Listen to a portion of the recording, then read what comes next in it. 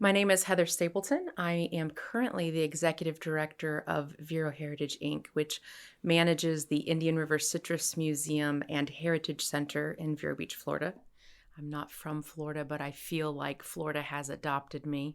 I started working at the Environmental Learning Center, where I was the education director for 15 years. I had the privilege of working right on an island in the middle of the Indian River Lagoon, and it really was completely life changing. I did a large variety of educational programming and behavior change campaigns, but one of the most memorable, definitely one of the best memories, was taking teenagers camping for 4 days out on the Indian River Lagoon. So I moved here in 2002 and certainly had never heard of the Indian River Lagoon, but quickly became very involved with the lagoon. It became very involved with me. I have literally taken thousands of kids seining through the seagrass beds, and watching the kids pull up the nets time and time again and get so excited about what they find in those seagrass beds. So the reason why you would seine is to reveal the species diversity that you would find in a seagrass bed. And after keeping them for observation, maybe an hour or two, letting the kids observe them, talking about the natural history of the different animals, talking about the adaptations of the different animals, yes, we would respectfully put them back into their seagrass bed.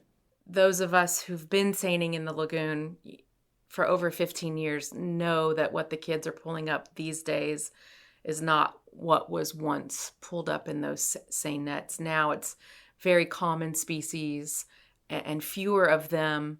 Gosh, I can't even remember the last time we pulled up a seahorse, something, particularly interesting and delicate and unique to our system. The seagrass beds are just not what they once were, both in terms of density and in terms of area of coverage. So at this point, it's commonly accepted that, unfortunately, because of the legacy load, because of everything that humans have been doing for all of this time to negatively affect the lagoon, it finally reached that tipping point. So much of my career has been based on and shaped by the Indian River Lagoon. And in fact, I was a few minutes ahead of schedule coming here, so I went and hung out at the municipal boat ramp just for like 5 minutes. I was like, I'm going to get some inspiration because I've been in the office all day today, and thought, I'm going to sit out here just for a moment and kind of soak in what I'm about to talk about, refresh myself before I got here. And if you look at this, the way a lot of our municipal parks are situated, they're right on the Indian River Lagoon, and people using the pavilions and the sidewalks and the walking trails, they might not have a good grasp of the fact that the lagoon is all part of what they're taking advantage of. But I just can't imagine if the lagoon weren't there and those parks weren't there and those opportunities for both passive and recreation weren't there, we would be missing a large, beautiful part of this area.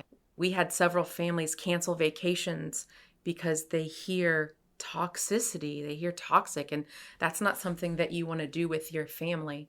And unfortunately, any problem that we have in the Indian River Lagoon, it is a problem for all regions of the lagoon, for all sections. We do only have one Indian River Lagoon. It is a complicated system that does consist of different sections, but so be it. It's still one body of water, and it affects 40% of the east coast of Florida. We see that in the economic studies that have been done of the Indian River Lagoon.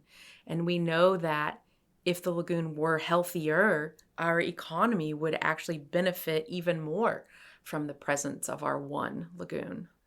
A really healthy lagoon would mean that you wouldn't be nervous to go online and check the news.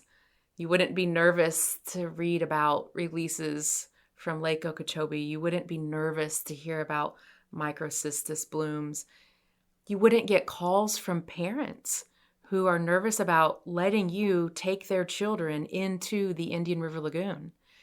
My greatest hope would be that those who've been fighting this fight much longer than I don't become disheartened, that they continue to be enthusiastic so that we can continue to inspire the new residents. We have people moving to Florida every day, and we need those folks to care just as much as the folks who've been here forever to care about the Indian River Lagoon. And so my big hope is that we can get everyone engaged, whether they are fishing guides or whether they live 20 miles away from the Indian River Lagoon.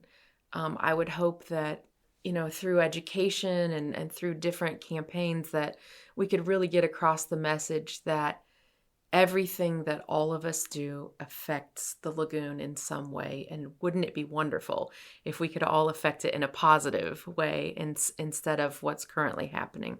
We are all in this together.